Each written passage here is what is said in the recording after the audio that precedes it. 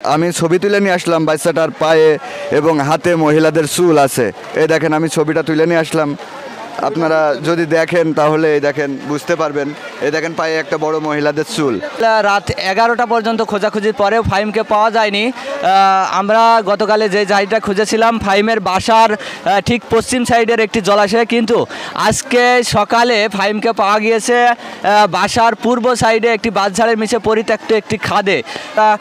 যেটা জানতে পেরেছি আজকে সকালে ফায়ার সার্ভিসের টিম, ডুবুরি টিম আবারও এসেছিল, কিন্তু তাদের প্রস্তুতি নেওয়ার মুহূর্তেই ফাহিমকে পাওয়া গিয়েছে। এখানে দেখতে পাচ্ছেন হাজার হাজার জনগণ ভিড় জমিয়েছে ফাহিমকে এক নজর দেখার জন্য এবং এই ঘটনাটা বিস্তারিত জানার জন্য হাজার হাজার মানুষ ভিড় জমিয়েছে।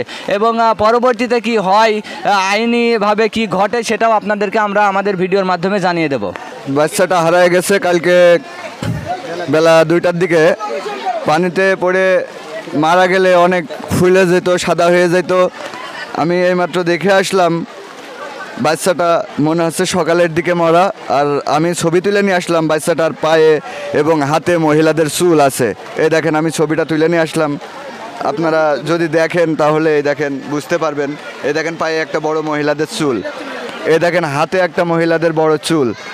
গ্রামে শানবান্ধা পাড়াতে একটা বাচ্চা, 4 বছরের বাচ্চা, ফাহিম নামের একটা বাচ্চা, নদী বলা যায় না, একটা জলাশয় আর কি, এখানে পড়ে নিখোঁজ হয়েছিল। তার পরিপ্রেক্ষিতে আমরা গতকালকে খুলনা থেকে ডুবুরি টিম নিয়ে এসে উদ্ধার অভিযান শুরু করি।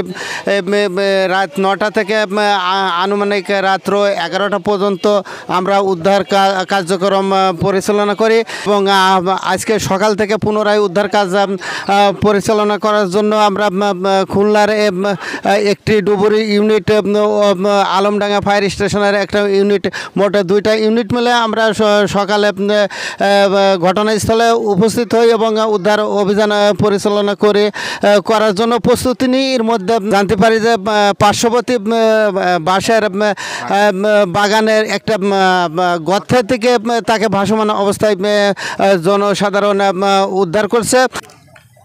আমরা আগেই বলেছি যে গতকাল 15 তারিখ একটা বাচ্চা নিখোঁজের সংবাদ পেয়ে ঘটনাস্থলে আসি।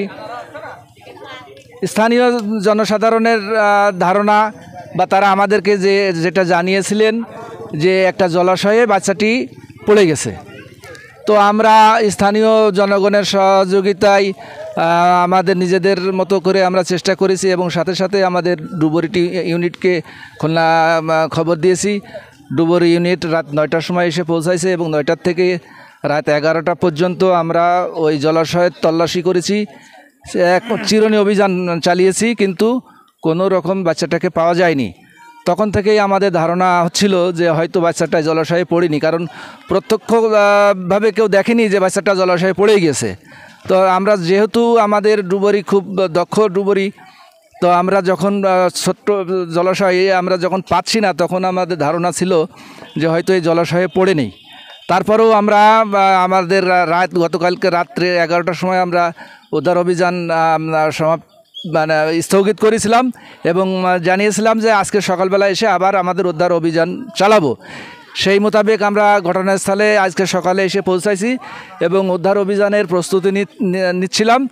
এমতো অবস্থায় সংবাদ পাওয়া গেল ওই উক্ত জলাশয়ের অপোজিটে ওই যে বাচ্চাটি মারা গেছে সেই বাচ্চার বাড়ির পিছনে একটি বাঁশবাগানে ছোট্ট একটি গর্তের ভিতরে লাশটি পাওয়া গেছে। আমরা এতটুকুই জেনেছি। আমরা লাশটি আমরা দেখলাম, আর দেখার পরে আমরা লাশটি স্থানীয় মেম্বার মহোদয়ের কাছে আমরা লাশটি হস্তান্তর করলাম।